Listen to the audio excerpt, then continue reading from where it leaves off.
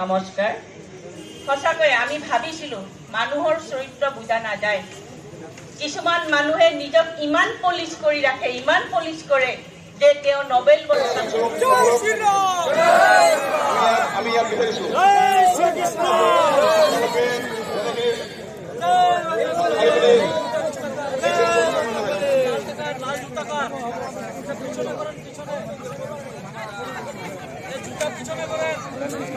সমসনাতনী হিন্দু ৰাইজক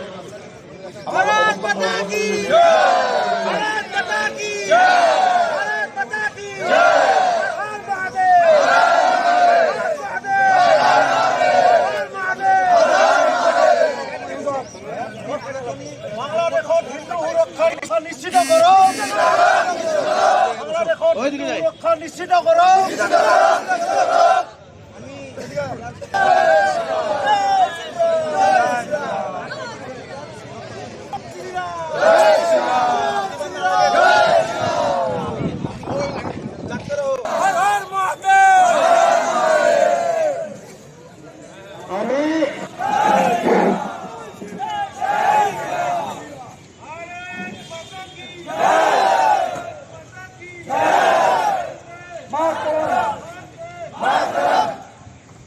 মই আজি বঙালী জিলা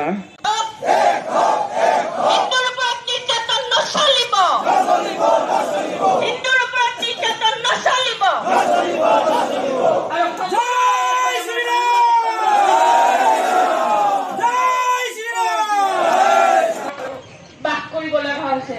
কেলে এই অৱস্থাটো হৈছে? যদি তাত সেই ৰিভলিউচনটো নহলহেঁতেন তেতিয়াহ'লে মুক্ত মনেৰে তেওঁলোকে বিচৰণ কৰিব পাৰিলেহেঁতেন। পঢ়া শুনাকে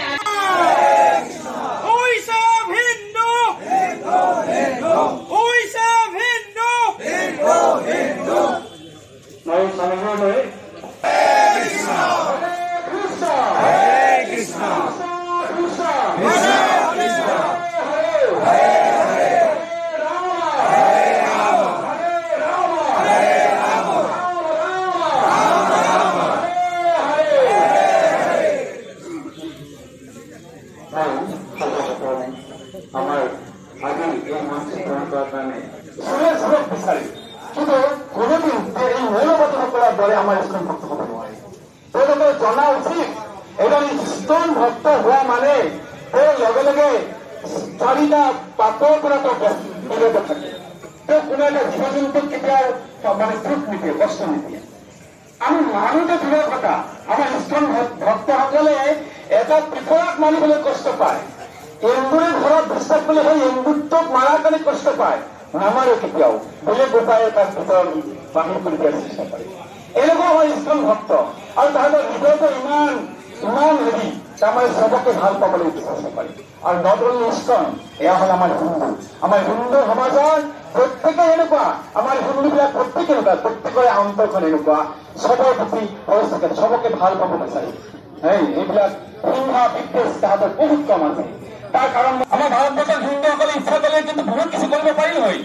এইটো ক'ব গ'লে আমাৰ এটা হিন্দু বহুত গৰিষ্ঠ হৈ আছে, কিন্তু কোনো এটা মছজিদৰ ওপৰত নে এটা মুছলমানৰ ওপৰত না কোনোবা বিধৰ্মী এটাৰ ওপৰত কিবা এটা তাৰ সেইটো হেৰিলৈ সংক্ৰান্তলৈ কিবা এটা ডিষ্টাৰ্ব কৰিছে নাই, কৰা নাই।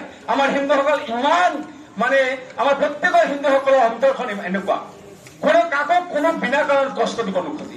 কিন্তু সেই মৌলবাদীসকলে সিহঁতে ইমান নিথৰুৱা, ইমান সিহঁতে জঘন্য মনোবৃত্তিৰ ব্যক্তি, জঘন্য মনোবৃত্তিৰ চৰকাৰ, যাৰ কাৰণে সিহঁতে ইস্কনক এনেকুৱা দায় দি পেলাই হিন্দুসকলৰ ওপৰত অত্যাচাৰ চলাইছে। আচলতে সিহঁতৰ এইটো এটা পৰিকল্পিত প্লেন, এইটো পৰিকল্পিত সিহঁতৰ এটা মানে ইছ্যু।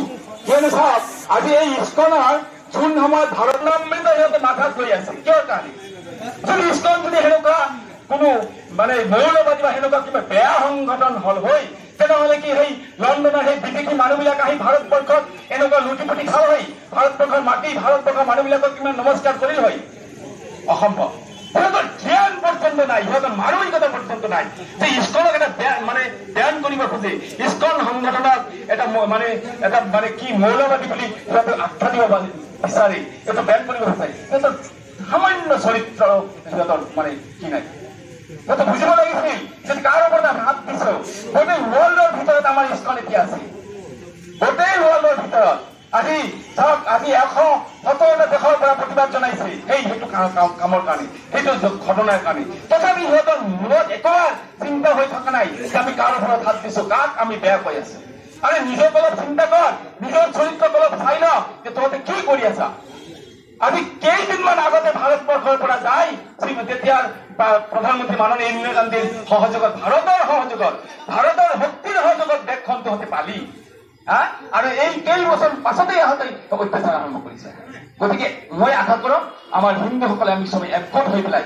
ইয়াৰ প্ৰতিৰোধ কৰিব লাগে ইয়াৰ প্ৰতিকাৰ কৰিব লাগে ইয়াৰ কাৰণে উঠি পৰিব লাগিব লাগে আমি বহি থকা উচিত নহয় আমি দৰকাৰ হলে সেই দেশ আমাৰ নিজৰ কৰি ল'ব লাগে